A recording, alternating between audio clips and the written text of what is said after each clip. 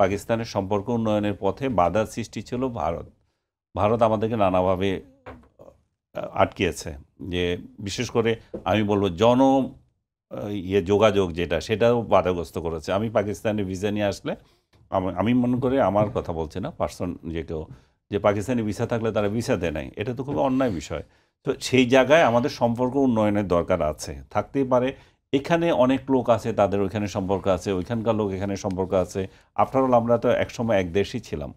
তো জনযোগাযোগ বাড়ার ক্ষেত্রে আমরা সম্পর্ক চাই, এটা কোনো খারাপ কিছু না।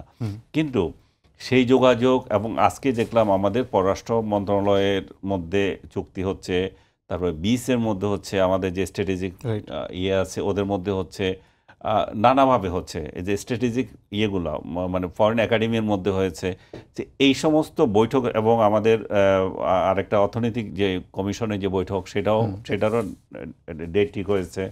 সবগুলো নিয়ে ভারত আবার দেখবে যে আমরা কি অতিরিক্ত মেশামেশি করছি, এমন কিছু করছি কিনা যেটাতে আবার ওদের ভয় হয় যে সেই 10 টাকা অস্ত্রের আবার গল্প, আবার ওই 10 টাকা অস্ত্র ওইখানে আসবে কিনা, আইএসআই অ্যাক্টিভিটিস এখানে বেড়ে যাবে কিনা, এই ধরনের হয়তো বাড়বে না, কিন্তু ভারতের মধ্যে এই ধরনের আশঙ্কা হয়তো জাগতে পারে।